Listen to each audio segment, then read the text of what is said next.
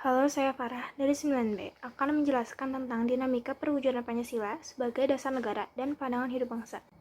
Poin 1. Penerapan Pancasila dari masa ke masa. Kedudukan Pancasila sebagai dasar negara dan pandangan hidup bangsa telah disepakati oleh seluruh bangsa Indonesia. Akan tetapi, dalam perwujudan tersebut, banyak sekali mengalami pasang surut. Bahkan, sejarah bangsa kita telah mencatat bahwa pernah ada upaya untuk mengganti Pancasila dengan ideologi lainnya. Meskipun demikian, tidak berarti ancaman terhadap Pancasila sebagai dasar negara telah berakhir.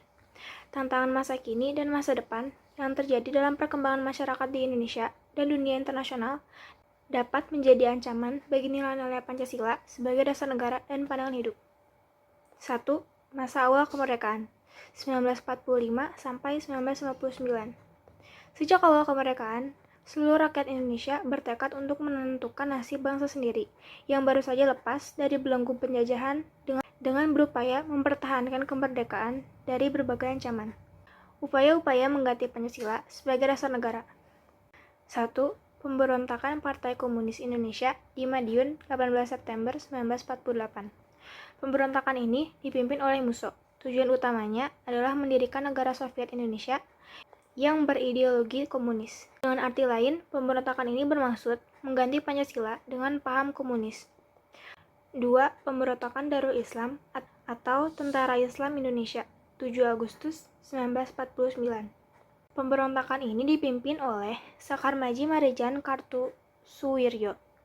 Tujuan utamanya didirikannya negara Islam Indonesia adalah untuk mengganti Pancasila sebagai dasar negara dengan syariat Islam. Tapi gerakannya bertentangan dengan ajaran Islam sebenarnya. Kartosuwiryo dan para pengikutnya baru bisa dipenjara pada tanggal 4 Juni 1962. 3. Pemberontakan Republik Maluku Selatan 25 April 1958. Gerakan separatisme ini dipimpin oleh Christian Robert Stephen Suomukil yang bertujuan untuk membentuk negara sendiri. Pulau-pulau terbesarnya adalah Seram, Ambon, dan Buru. Republik Maluku Selatan di Ambon dikalahkan oleh militer Indonesia pada November 1950. Tetapi konflik di Seram masih berlanjut sampai Desember 1963. 4. Pemerintah Revolusioner Republik Indonesia 1957 sampai 1958. Pemberontakan ini dikenal juga dengan Perjuangan Rakyat Semesta yang dipimpin oleh Syarifuddin Prawiranegara dan Vence Samuel di Sumatera dan Sulawesi. Gerakan ini merupakan bentuk koreksi untuk pemerintah pusat yang waktu itu dipimpin oleh Presiden Soekarno. 5. Angkatan Perang Ratu Adil 15 Januari 1949.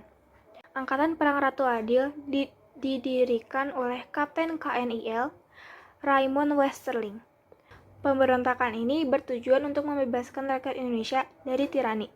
Westerling bersekongkol dengan Sultan Hamid II dan berusaha mempertahankan negara federasi milik Belanda untuk melawan negara kesatuan Republik Indonesia. 5. Perubahan bentuk negara. Indonesia berhasil melaksanakan pemilu pertamanya pada 1955. Tetapi anggota konstituante hasil pemilu tidak dapat menyusun undang-undang dasar yang mengakibatkan krisis politik, ekonomi, dan keamanan. Akhirnya, pemerintah mengeluarkan Dekret Presiden 1959. Masa Orde Lama 1959 sampai 1966. Periode ini dikenal juga sebagai periode demokrasi terpimpin, yang merupakan sebuah sistem demokrasi yang seluruh keputusan dan pemikiran dalam pemerintah negara berpusat pada pimpinan negara. Penyimpangan terhadap Pancasila dan UUD 1945 pada masa ini ada Presiden Soekarno ditetapkan sebagai presiden seumur hidup berdasarkan TAP MPRS nomor 20 1963. Presiden membentuk MPRS yang beranggotakan DPR GR, utusan daerah, dan utusan golongan. Masa Orde Baru. Terjadinya pemberontakan PKI pada masa ini membawa akibat teramat fatal bagi partai itu sendiri, yaitu dibubarkan dan dinyatakan sebagai organisasi terlarang di Indonesia. Pada masa ini juga, lembaga kepresidenan merupakan pengontrol utama lembaga negara, baik bersifat suprastruktur maupun infrastruktur. Partai politik pada masa ini ada Partai Persatuan Pembangunan, Golongan Karya, dan Partai Demokrasi Indonesia.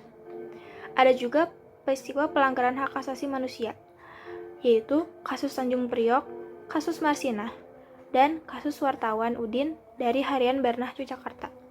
Poin 2. Dinamika nilai-nilai Pancasila sesuai dengan perkembangan zaman. Hakikat ideologi terbuka.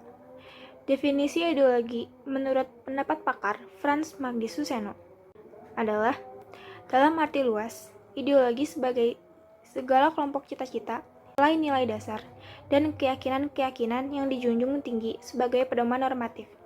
Sementara dalam arti sempit, ideologi adalah gagasan menyeluruh tentang makna hidup dan nilai-nilai yang mau menentukan dengan mutlak bagaimana manusia harus hidup dan bertindak. Keterbukaan Pancasila mengandung arti bahwa Pancasila senantiasa mampu berinteraksi secara dinamis. Nilai-nilai Pancasila tidak berubah, namun pelaksanaannya juga disesuaikan dengan kebutuhan dan situasi. Pancasila juga bersifat aktual, dinamis, antisipatif, serta senantiasa mampu menyesuaikan diri dengan perkembangan zaman, ilmu pengetahuan, teknologi, dan dinamika perkembangan aspirasi masyarakat. Perbedaan ideologi terbuka dan tertutup. Ideologi terbuka.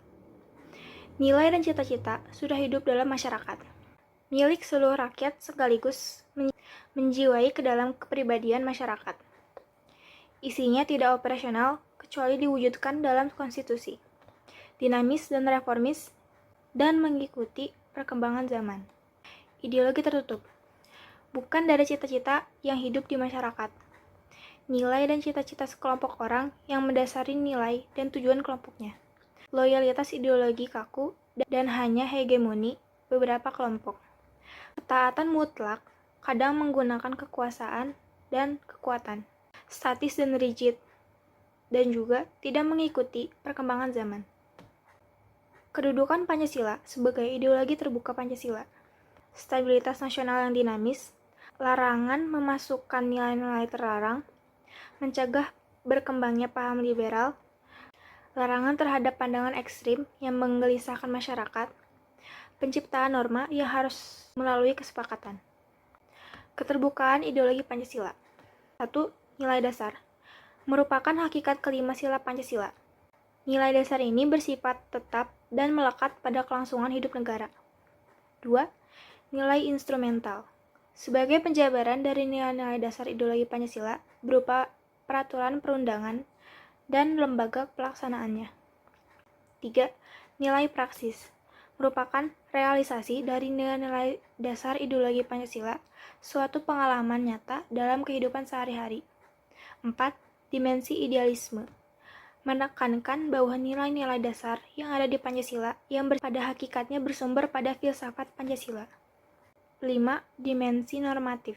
Bahwa nilai-nilai yang terkandung dalam Pancasila perlu dijabarkan dalam sistem norma. 6.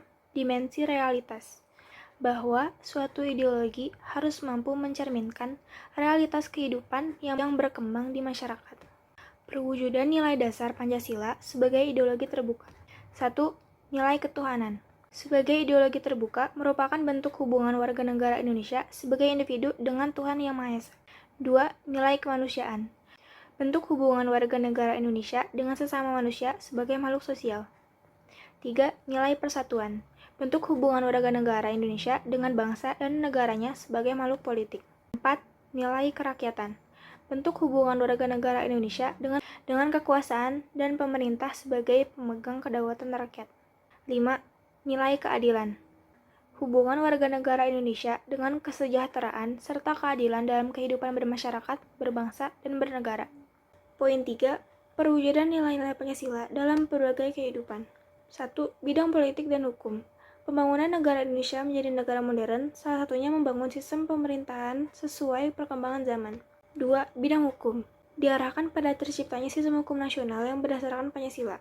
Hukum nasional harus bersumber pada nilai-nilai Pancasila sebagai sumber dari segala sumber hukum. 3. Bidang sosial budaya. Terwujudnya masyarakat adil dan makmur berdasarkan Pancasila. 4. Bidang ekonomi. Sistem perekonomian yang dikembangkan adalah sistem ekonomi yang dijiwai oleh nilai-nilai Pancasila yang berdasarkan norma sosial. 5. Bidang pertahanan dan keamanan. Undang-Undang Dasar 1945 Pasal 27 ayat 3 dan Pasal 30 ayat 1 yang menyatakan bahwa pembelaan negara merupakan hak kewajiban setiap warga negara dan mereka berhak dan wajib ikut serta dalam usaha pertahanan dan keamanan negara. Sekian dan terima kasih.